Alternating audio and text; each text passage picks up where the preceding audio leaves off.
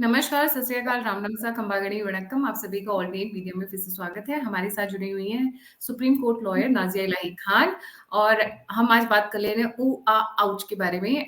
That is about हलाल का बवाल। And over to you Nazia, because मेरे को नहीं पता था कि टॉयलेट क्लीनर भी हलाल हो सकता है, कि जिससे हम टॉयलेट साफ करते हैं, पॉटी साफ करते हैं, वो भी हलाल हो सकता है। Please over to you ji.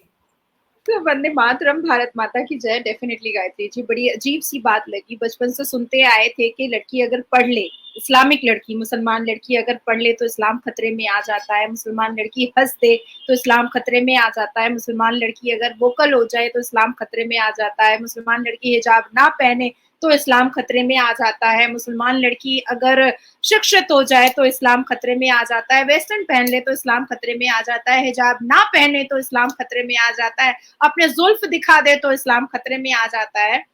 But on the other hand, जब मेकअप पोती हुई वो जिहादन जो जब आती है ना, नकाब में बड़ा मेकअप पोत पोत करके, तो उसको हलाल सर्टिफिकेट दे करके उनको उनको अप्रूव्ड करने के लिए वो मेकअप पॉलिश को हलाल सर्टिफिकेट दे दिया गया। फिर बड़ी अजीब लगी मुझे बात, जब मैंने पूरा पूरा डेटा पढ़ा कि हलाल सर्टिफिकेट ऑन वेज। तो गोभी के पत्तों में हलाल क्या चाहिए था, ये मुझे समझ नहीं आया। और छिम्मे मटर में हलाल क्या चाहिए और गाजर में हलाल क्या चाहिए, ये भी मुझे समझ में नहीं आया। कुछ दिन पहले, हमने 15-20 दिन पहले देखा था कि ट्रेन पर वो सर्व कर रहा था चाय, जो वहां के ट्रेन पर जो लोग सर्व करते हैं, उन्होंने कहा कि ये हलाल चाय है। तो उस आदमी ने पूछा, चाय में क्या हलाल तुम ढूंढ रहे हो? तो उसके बाद फिर हमने वो पूरे डेटास पढ़े, मैंने फिर उसमें देखा ऑयल। तो मुझे लगा कि भाई ये तेल तो खाने पकाने के साथ साथ शरीर के उन अंगों में भी लगाया जाता है जिसे हम इंटीरियर पार्ट कहते हैं। तो क्या वहां पर भी हलाल ऑयल चाहिए? अब आई बात सोप की। तो मुझे लगा कि भाई सोप तो हम हगने के बाद हाथ भी धोते हैं, तो हगे हुए हाथ को धोने के लिए भी इस्लाम खतरे में आ जाएगा अगर हम हलाल सोप नहीं इस्तेमाल करेंगे। फिर आया टूथपेस्ट, फिर आया हनी। तो मधुमक्खी का हगा शहद भी हलाल चाहिए, ये भी मुझे बड़ा चौंका दिया। बस मैं तो शॉक में ही चली गई। फिर आया हार्पिक। तब मैंने सोचा कि हम जिस पॉट में हगते हैं उसको साफ करने के लिए, उस पॉटी को साफ करने के लिए भी एक हलाल प्रोडक्ट का हार्पिक चाहिए गू साफ करने के लिए, नहीं तो इस्लाम खतरे में आ जाएगा। फिर आया डेटॉल। भाई डेटॉल से तो दांत, खाज, फोड़ा, फुंसी को उस पर लगाया जाता है और फर्श साफ किए जाते हैं, कीड़े मकोड़े मारे जाते हैं। तो कीड़े मकोड़ों को मारने के लिए भी हलाल डेटॉल की और हलाल फिनाइल की जरूरत आन पड़ी है, नहीं तो इस्लाम खतरे में आ जाएगा। ये भी मुझे पता नहीं था। तो मुझे जानना था कि अजमल खसब जब आया था तो कौन सा हलाल बंदूक और बम लेकर आया था और हलाल 72 वर्जिन हुरों का मजा लेकर जाने वाला था। तो क्या ये जितने भी मुस्लिम इस्लामिक प्रीचर है, ये उन्होंने बताया नहीं कोर्ट को जब अजमल खसब का केस चल रहा था। अब 3 ऑर्गेनाइजेशन है, चेन्नई में है जमियत उलमाए हिंद हलाल ट्रस्ट, दिल्ली के हैं हलाल council of India private limited, Mumbai में है जमियत उलमा। अब इन्होंने बीड़ा उठाया है कि ये जाएंगे कोर्ट और कोर्ट को देंगे चैलेंज कि हलाल सर्टिफिकेट बहुत ही महत्वपूर्ण और इम्पोर्टेंट है मुसलमान के लिए और इस्लाम के लिए। अब मैं आपको ये बताती चलूं कि 2022 में ही United State Department of Agriculture ने ये बात कह दी थी कि हमें किसी भी प्रोडक्ट के लिए हलाल सर्टिफिकेट या लेबल की जरूरत नहीं है। आप लोग जबरदस्ती लेबल चिपका करके भारत से क्यों भेजते हैं हमें? अब बात आती है कि ये जो 3 जमियत उलमाए हिंद है या हलाल काउंसिल है या जमियत उलमा है, तो भारत को एक्चुअली में हलाल सर्टिफिकेट की जरूरत पड़ती ही क्यों है और पड़ ही क्यों रही है? और इतने दिन के बाद इस पर एक मुद्दा उठा क्यों? ये तो बहुत पहले बंद हो जाना चाहिए। अब ये जो 3 लोग और इनके साथ अवेसी और all India Muslim personal law board जो दुमकटी छिपकली की तरह पीछे पीछे फुदकने की कोशिश में लगे हुए हैं, क्या ये कोर्ट को, न्यायपालिका को या सर्वोच्च न्यायपालिका को कॉन्स्टिट्यूशन के सेक्शन 29 को क्या वॉयलेट कैसे करना होगा ये बता पाएंगे? या सेक्शन 52 जो 2006 का जो ये ऑफेंस ऑलरेडी मेंशन कर दिया गया है एफआईआर में कि इन्होंने मिस ब्रांडिंग की है। ये इसको कैसे डिफेंड करेंगे कोर्ट के अंदर? अब इसके लिए क्या कपिल सिब्बल खड़े होंगे या इसके लिए सलमान खुर्शीद साहब खड़े होंगे कि नहीं भैया, हगे हुए गू को धोने के लिए हलाल हार्पिक की ही जरूरत है और दांत खाज खुजली मिटाने के लिए हलाल डिटॉल की ही जरूरत है? इसको डिफेंड कैसे करेंगे? और मेरी ख्वाहिश है कि मैं उस वक्त कोर्ट के अंदर रहूं। अब बात बहुत बड़ी आती है गायत्री जी, और बहुत सेंसिबल आती है। सेंसिबल बात ये आती है कि ये 1974 में स्टार्ट हुआ और इसका मुखिया कौन है? मोहम्मद जिन्ना। मोहम्मद जिन्ना is a man with a mission as the founder and director of Halal India. एक तो 1937 का शरिया लॉ जिन्ना साहब का लेकर के हम अपने छाती पर दाल मुंगवा ही रहे थे और मुस्लिम इस्लामिक महिलाओं के साथ अत्याचार और कुप्रथाएं हो ही रही थी। अब हगेवे गू को भी साफ इस्लामिक तरीके से करना पड़ेगा, ये भी जिन्ना साहब बोल कर गए हैं और उसको भारत चला रहा है। अब बात आती है कि ये इस हलाल और हराम एक सिंबल है, रिलीजियस सिंबल है, और ये वर्ड भी जो है, ये तलफ्फुज और ये अल्फाज जो है, ये भी अरबी है। हलाल का मतलब होता है परमिशेबल, कि इसको हम यूज कर सकते हैं। हलाल का मतलब, और हराम का मतलब होता है नॉन परमिशेबल, कि हम इसको यूज नहीं कर सकते हैं एज पर दी इस्लाम। हलाल कॉन्स्पिरेसी थ्योरीज ही स्टार्ट किया गया है डिस्क्रिमिनेशन कॉन्स्पिरेसी के लिए, ताकि उन लोगों के बिजनेस को खराब किया जा सके जो नॉन मुस्लिम है। अब नॉन मुस्लिम अगर इस बात को आवाज अभी उठा रहे हैं और लोगों को ये फील हो रहा है कि अभी उठा रहे हैं, तो ना ना ना ना ना, ये बात 2001 में उठी थी, ये बात 2004 में उठी थी, ये बात 2011 में उठी थी, ये बात 2013 में भी उठी थी। लेकिन सारे ग्रीवांस और कंप्लेन लेटर्स को खाते रद्दी खातों में ऐसे पैक और बंद किया गया था कि मानो जैसे किसी ने कोई कंप्लेन किया ही नहीं हो, किसी ने इस पर कोई विवाद किया ही नहीं हो, किसी ने इस पर कोई टिप्पणियां और किसी ने इस पर कोई बात उठाई ही नहीं हो। भारत में ये बात उठ रही थी, पर एक ऐसी मौन व्रत की सरकार थी और एक ऐसे जिहादियों को रोटी बोटी देने वाली सरकार थी जो ऐसे ऐसे फंडिंग इकट्ठा करने वाले लोगों को रोटी बोटी दे करके उनको पाल पोस करके बड़ा कर रही थी भारत के हित में खराब करने के लिए। अब बात आती है कि जब भारत में already FSSAI government of India है, जब फूड सेफ्टी इंस्टीट्यूट है, जब सर्टिफिकेट गवर्नमेंट ऑफ इंडिया से फूड प्रोडक्ट्स को दिया ही जाता है, तो ये प्राइवेट लिमिटेड कंपनी जो 50,000 और 1 लाख रुपए में जो सर्टिफिकेट बांट रही थी, और इस प्राइवेट लिमिटेड कंपनी में जितने भी एम्प्लॉयज काम कर रहे थे वो सबके सब मुसलमान थे। तो ये जो पैसा ट्रिलियन में, बिलियन में नहीं या करोड़ में नहीं, ट्रिलियन में जो ये पैसा इकट्ठा हो रहा था, ये कलेक्शन जाता था इस्लामिक ऑर्गेनाइजेशन को। अब ये इस्लामिक ऑर्गेनाइजेशन इस पैसे को कहां पर यूज नहीं, मिसयूज करते थे, ये भी एक बहुत बड़ी इंक्वायरी बैठनी चाहिए, और जिसकी पहली चिट्ठी मैं कल भेज रही हूं। और उस चिट्ठी के साथ भी मैं आपके साथ, जब इसको मैं आगे लेकर बढ़ूंगी तो मैं आपके साथ जरूर सेशन करूंगी, और मैं चीफ जस्टिस को ही भेज रही हूँ, क्योंकि दिवाली पे और पटाखे और दिए कितने जलाने चाहिए जब वो सर्वोच्च न्यायपालिका तय करता है। तो आज ये जितने भी चिटिंगबाज लोग जो दूध होने का हार्पिक भी हलाल लेबल के साथ बेच रहे थे, उन्होंने इस्लामिक ऑर्गेनाइजेशन को ये ट्रिलियन पैसा जो दिया है, वो पैसे कि इस्लामिक ऑर्गेनाइजेशन ने कहां पर यूज किए, किस तरह से यूज किए, कहां पर जमा करके रखा है। और आज भी भारत में ये बात क्यों उठती है कि भारत के मुसलमान गरीब हैं और भारत में 14% गरीबी कौम है, ये बात क्यों किया जाता है जबकि इनकम तो ट्रिलियन है।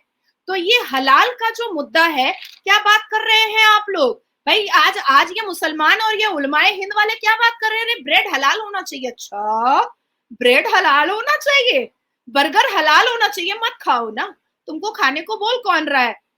गाजर हलाल होना चाहिए, मत खाओ। नहीं नाजिया, पर्पस क्या है? ये पर्पस क्या है? ये सारे पैसे इकट्ठा करने का पर्पस है? What is the bigger agenda? जी। पर्पस है, जब जेएनयू में भारत तेरे टुकड़े होंगे इंशाल्लाह इंशाल्लाह, तो ये पैसे कहाँ से आते हैं? जब पश्चिम बंगाल में 2-2 साल एनआरसी और सीएए के विरोधिता में पाक सर्कस मैदान जावेद अहमद खान खोल कर रखता है और हजारों लोगों को, मिनिस्टर टीएम तृणमूल कांग्रेस का मंत्री, और हजारों लोगों को खाना पानी दाना देता है और पैसा देता है, उन औरतों को जो बोरखा पहन करके एनआरसी और सीएए की विरोधिता करती हैं, तो ये पैसे कहाँ से खर्च होते हैं? जब एएमयू से नारे निकलते हैं, तेरा मेरा रिश्ता क्या है, ला इलाहा का, तो ये पैसे कहाँ से खर्च होते हैं? जब सर्वोच्च न्यायपालिका के बाहर में अफजल हम शर्मिंदा है तेरे खातिर जिंदा है, उसके नारे लगते हैं, तो ये पैसे कहाँ से खर्च होते हैं? जब भारत में मुसलमान औरंगजेब के नाम के नारे निकालता है, तो ये पैसे कहाँ पर खर्च होते हैं? जब मुहर्रम के नाम पर छोटे छोटे बच्चों के स्कूल बस पर बम और गोली फेंकी जाती है यूपी और दिल्ली एनसीआर में, तो ये पैसे कहाँ से आते हैं? और ये तलवार और ये बंदूक के पैसे कहाँ से आते हैं? ये बात ये मुस्लिम ऑर्गेनाइजेशन, इस्लामिक ऑर्गेनाइजेशन को बताना पड़ेगा कि हलाल लेबल के टैग पर जो पैसे आपने इकट्ठा किए हैं, क्या ये वही मिसयूज है जो हमें दिखाई देता है? जो नूह और मेवात में पत्थरबाजी हुई थी मस्जिद से, जो पश्चिम बंगाल में राम भक्तों के ऊपर पत्थरबाजी हुई थी और कईयों की मौत हो गई, तो ये पैसे जो खर्च हुए हैं भीड़ इकट्ठा करने के लिए और उनको साल साल भर पालने और पोसने के लिए, तो वो फ्री में तो नहीं कर रहे हैं ये गुंडागर्दी, तो ये पैसे कहाँ से आ रहे हैं? तो क्या ये इस्लामिक ऑर्गेनाइजेशन यहीं पर पैसे खर्च कर रहा है? ये बहुत बड़ा सवाल है जिस पर इंक्वायरी छोटी मोटी नहीं, बहुत बड़ी बैठनी चाहिए। और मैं हाथ जोड़ करके मैं नमन करती हूँ योगी महाराज जी का। मैं जानती थी कि रोमियो एक्ट अगर लाने का कलेजा किसी का है तो योगी महाराज जी का, लव जिहाद एक्ट लाने का कलेजा किसी का है तो योगी महाराज जी का, और भव्य राम मंदिर के बारे में ये कहने का अगर कलेजा है किसी का कि आ जाओ कटोरा लेकर के, भीख में तुमको चावल रोटी मिल जाएगा, पानी भी मिल जाएगा, प्रसाद भी मिल जाएगा, बड़ा एम्प्लॉयमेंट ढूंढ रहे हो, तो ये कलेजा भी योगी जी का है। तो सच में जो उन्होंने ये काम किया है, ये बहुत जबरदस्त काम किया है, और मुझे ऐसा लगता है कि इसकी इंक्वायरी बड़ी लंबी चौड़ी होनी चाहिए। और इसके जैसे हम जख्म का छिलका उखाड़ते हैं ना, पर्दा ऐसे ऐसे कर करके जख्म का हम चमड़ा उखाड़ते, तो अंदर गहराई मिलती चली जाती है और बाद में पता चलता है कि ये माजूर हो चुका है, तो तब हमें पता चलेगा कि आखिर ये रोहिंग्या को पाला पोसा कौन जा रहा है, किसके पैसे से जा रहा है। आखिर ये भारत में जो मुसलमान जो आतंकवादी बैठे हैं, ये किसके पैसे से पल रहे हैं? आखिर ये मिचिल मीटिंग और ये धरना और ये भारत के टुकड़े करने के लिए जो पैसे इकट्ठा होते हैं, ये कहाँ से आ रहे हैं? ये यही हलाल लेबल के सर्टिफिकेट से आ रहे हैं, इस्लामिक ऑर्गेनाइजेशन से, या कहीं और से भी आ रहे हैं, या इसमें लश्कर तैयबा, यासीन मलिक या पाकिस्तान के भी कुछ लोग इसमें जुड़े हुए हैं, और इस चीज को इन्होंने छुपा करके 1974 से 2023 तक किया है, इतने लंबे अरसे तक किया है। और जब जब जिसने भी इस पर बात उठाई है, उनको उनके ऊपर अत्याचार किया गया है कांग्रेस की सरकार की तरफ से। आज लोग जुबान खोल रहे हैं, आज अलग अलग बिजनेसमैन सामने आ रहे हैं, और धन है योगी महाराज जी जिन्होंने ये बात उठाई है। और तमाम आतंकवादी गटर छाप और मदरसा छापों का राज और भेद खुलना चाहिए कि आखिर क्या बात है कि बिना कोई कारोबार के इमाम बुखारी के पास रेंज रोवर है। आखिर क्या बात है कि बिना किसी कारोबार के साजिद रशीदी के पास करोड़ों रुपए की संपत्ति है। कहां से आते हैं ये पैसे? ना शिक्षा है, ना कोई एम्प्लॉयमेंट है, तो ये पैसे आ कहां से रहे हैं? तो अब समझ में आया कि ये सारी आतंक मचाने का जो काम। नाजिया, ये जो जैसे बहुत सारी ऐसे एरियाज हैं जो मुस्लिम एरियाज हो गए हैं, तो सुनने में ये भी आता है कि जैसे कोई घर बिक रहा है 2 करोड़ का, तो ये 2.5 करोड़ का ऑफर देते हैं, तो ये 50 लाख जो एक्स्ट्रा आते हैं लोगों के पास, ये भी वहीं से आते हैं। एग्जैक्टली वहीं से मांगी कीमत देकर कि किसी भी एरिया पे जब कब्जा करना होता है तो एक एक घर खरीदते जाते हैं और पैसे एक्स्ट्रा देकर खरीद लेते हैं कि पूरा अपना हो जाए। तो ये भी वहीं से आ रहा है, लैंड जिहाद। देखिए, सुअर हमेशा झुंड में रहता है, तो आप देखिएगा मुस्लिम पाड़ा मोहल्ला में जब आप एंटर कीजिएगा, आप देखिएगा एक भी हिंदू, एक भी क्रिश्चियन, एक भी यहूदी नहीं रहता, वो झुंड में रहते हैं। तो ये जानबूझ करके भी एक्स्ट्रा पैसे दे करके जब ये वो प्रॉपर्टीज खरीदते हैं तो वो चाहते हैं कि मेरी पॉपुलेशन इस पाड़ा मोहल्ला में बढ़ती चली जाए। तो ये एक्स्ट्रा पैसे कहाँ से आ रहे हैं? ये भी यही हलाल सर्टिफिकेट से आ रहे हैं, ये भी इसी हलाल सर्टिफिकेट से आ रहे हैं। और ये सारे हलाल के प्रोडक्ट्स मैंने 2019 में लोकसभा इलेक्शन के वक्त में मैंने अपनी स्पीच में ये बात कही थी कि ये हलाल खाने वाले से पूछना चाहिए और हलाल खरीदने वाले से पूछना चाहिए कि इसका पैसा उठा कौन रहा है और किस इस्लामिक ऑर्गेनाइजेशन के पास जा रहा है। तब मेरा भी मुंह बंद करवाने के लिए पश्चिम बंगाल में कई मुसलमान मंत्रियों ने अपने अपने चमचे और अपने अपने गटर छापों को मेरे पीछे लगवाया था और मेरे ऊपर काफी अटैक करवाया था कि इसने बहुत दुखते हुए रग पर हाथ रखा है। पर thank you so much Yogi ji कि आज आपने बहुत बड़ा काम किया और मुझे लगता है कि आने वाले एक हफ्ते के अंदर ये काम उत्तराखंड भी करेगा, ये काम आसाम भी करेगा। ये मैं आपको चैलेंज दे सकती हूँ कि आने वाले एक हफ्ते में हम ये खबर को जरूर सुनेंगे और मैं इंतजार कर रही हूँ। मेरी तबीयत भी पहले से बेटर है और मैं इंतजार कर रही हूँ कि ये सर्वोच्च न्यायपालिका में ये मैटर बस जाए और मैं तो तैयार हूँ। मजा आ जाएगा। जरा कुरान की पढ़ते भी तो खुलनी चाहिए ना, कि कुरान में कहाँ लगा है कि घर पे एक टॉयलेट क्लीनर, चप्पल, जूते, पेंसिल ये भी हलाल हो सकता है। मैं तो पूरा कुरान का जैसे ट्रिपल तलाक के वक्त मैंने कुरान के पारे लेकर के मैं 30 पारा लेकर के खड़े हो गई थी सुप्रीम कोर्ट के अंदर, मैं उसी तरीके से इस बार इस हलाल वाले मैटर पर पूरा 30 पारा कुरान हाथ में लेकर के खड़े होने के लिए तैयार हूँ। मैं एक बात तो बहुत आसान, बहुत सही एक बात मैं आपसे करना चाहती हूँ आज, और उन तमाम मुस्लिम इस्लामिक ऑर्गेनाइजेशन को एक मैसेज देना चाहती हूँ और उन तमाम आतंकवादी भारतीय मुसलमान को मैं एक मैसेज देना चाहती हूँ कि समझ जाओ बेटा, अभी तो भारत में राम भक्त मोदी की सरकार है, अभी तो प्राइम मिनिस्टर मोदी जी हैं। अगर खुदा ना खास्ता गाय पूजने वाले योगी जी प्रधानमंत्री आ गए तो ना सोच होगी, ना मशवरा होगा, ना माफी होगी, ना जेल होगा, ना बेल होगा, सीधा मृत्यु के बाद प्रभु राम से मेल होगा। सिर्फ यही होगा और कुछ नहीं होगा। जी जी। would you like to add anything on the concluding note, Nazia? एक चीज मैं कहना चाहूंगी कि देखिए, किसी भी धर्म को मानना मैं बिल्कुल भी उसके खिलाफ नहीं हूँ। गायत्री जी, आप सनातनी हैं, आपको पूरी अथॉरिटी है, आपको पूरा राइट है, आप अपने धर्म का पालन कीजिए, बहुत खूबसूरती से पालन कीजिए। मैं मुस्लिम हूँ, मेरी पूरी राइट है, लीगल भी राइट है कि मैं अपने धर्म का पूरा पालन करूं, अपने मजहब का। लेकिन ना मुझे इस अथॉरिटी की पोजीशन किसी ने दी है और ना किसी और मजहब वाले, धर्म वाले को इस अथॉरिटी की पोजीशन किसी ने दी है कि धर्म की आड़ में आप आतंकवाद फैलाने के लिए पैसा इकट्ठा करें और धर्म के आड़ में आतंकवादियों को रोटी बोटी दें और धर्म के आड़ में किसी एक प्रधानमंत्री को टारगेट करते करते राष्ट्र के खिलाफ हो जाए, इस भारत की भूमि के खिलाफ हो जाए, इस अखंड भारत को तोड़ने के खिलाफ हो जाए। ये बर्दाश्त तो नहीं होगा। ये भारत संविधान से चलेगा और इस भारत को संविधान से ही चलना पड़ेगा। और जो राजी नहीं है, खुलवाती हूँ दरवाजा, करती हूँ जनहित याचिका दायर, चले जाइए, कोई परवाह नहीं है।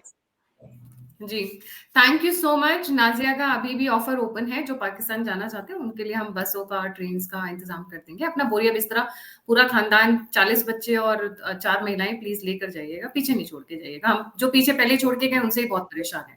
Thank you so much Nazia for joining. जाने से पहले don't forget to like, subscribe and share the all need media. अगर आप कंट्रीब्यूट करना चाहते हैं, फीडबैक देना चाहते हैं, मुझसे जुड़ना चाहते हैं, तो सभी लिंक्स डिस्क्रिप्शन बॉक्स में। इसी के साथ जय हिंद, जय श्री राम, हर हर महादेव। हर हर महादेव, भारत माता की जय। भारत माता।